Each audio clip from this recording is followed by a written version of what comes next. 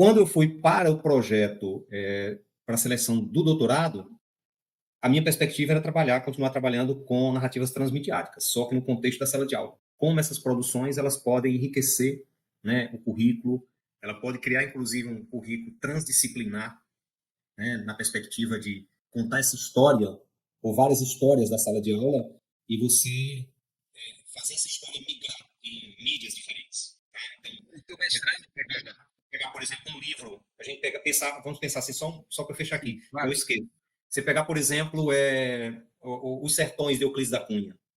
Como você fazer com que o currículo de história, de língua portuguesa, de literatura, de geografia, ele se integre num projeto em que a gente conte essa história, ou reconta essa história em mídias diferentes, em que o professor de geografia vai trabalhar a questão de mapas que se vão construir do sertão a partir da obra O Sertão de Euclides da Cunha. Como o professor de história vai trabalhar, é uma questão que é interdisciplinar, que poderia ser transdisciplinar e que poderia ver essa forma de contar essa história pelos alunos a partir de mídias diferentes, videogame, série de TV, curta-metragem, animação, etc. Então a ideia seria essa.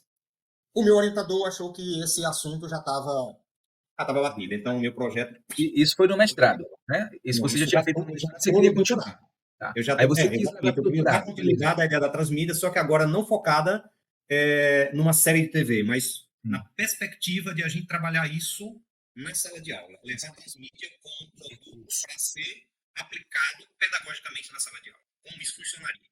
O teu mestrado você fez aonde? Em qual programa? Na UFBA. Na UFBA também. O mestrado e o doutorado foram lá.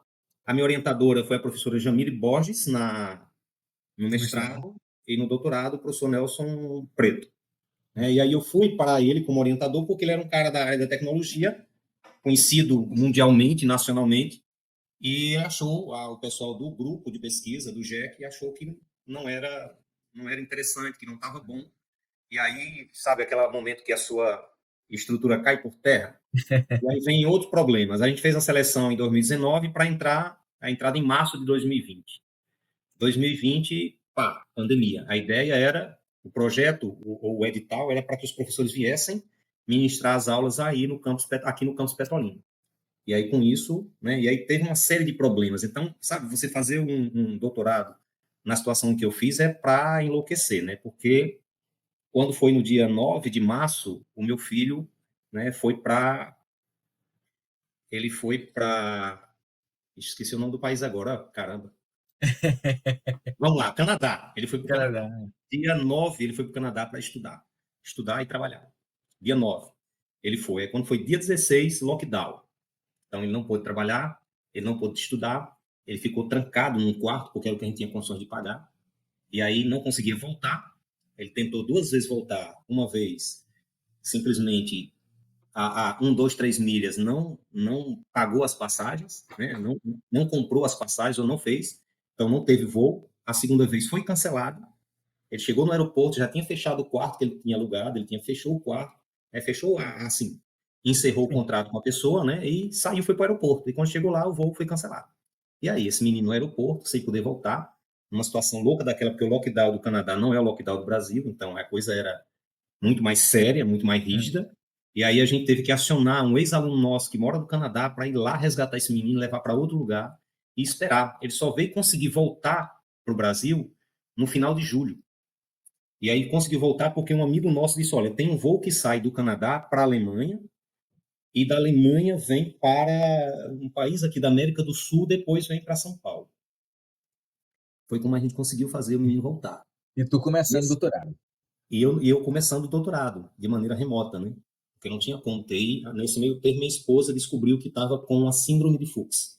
Foi diagnosticado com síndrome de Fuchs, que é uma doença degenerativa da córnea que vai gradativamente perdendo a visão.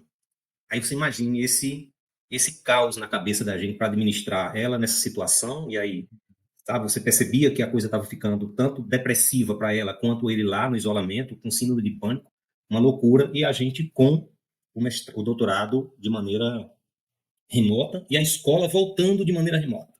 Uma experiência, assim, para mim, completamente nova e desafiadora, né? E, ao mesmo tempo, você tendo que pensar num projeto que tinha sido desmontado e tentar ir para uma outra coisa que desse conta do que você tem o desejo que você teria prazer de fazer, porque eu não queria uma coisa só para constar, eu queria uma coisa que me desse também algum tipo de prazer em fazer, né? E aí veio, aí vem outra coisa que eu acho maluca e que eu, inclusive, penso que os programas de mestrado, de doutorado deveriam pensar, era a primeira coisa a fazer, a primeira disciplina que tinha que ter era métodos e técnicas de pesquisa, para você ter, assim, noção efetivamente do que seria algo que poderia ajudar a conduzir aquela tua ideia. E eu acho que a gente veio fazer isso no fim. A gente foi discutir o projeto de cada um, ver qual era o problema que tinha no projeto de cada um, e o projeto meu lá parado, porque não tinha para onde ir, estava parado. Eu tinha que ter uma nova ideia, eu tinha que encontrar algum caminho. Eu só vim encontrar esse caminho e pensar numa ideia quando o professor que deu a disciplina de técnico, o professor Jonei, ele trouxe a questão da pesquisa narrativa e da pesquisa autobiográfica. Isso me veio como, eu digo, eu acho que é isso, eu acho que tem uma cola aqui que eu posso, um grude que se pode construir aqui entre o meu processo formativo ou os meus processos formativos, entre arte e educação, e criar esse transbordamento entre um e outro, esse entrecruzar. E aí foi daí que surgiu a ideia de fazer uma pesquisa autobiográfica.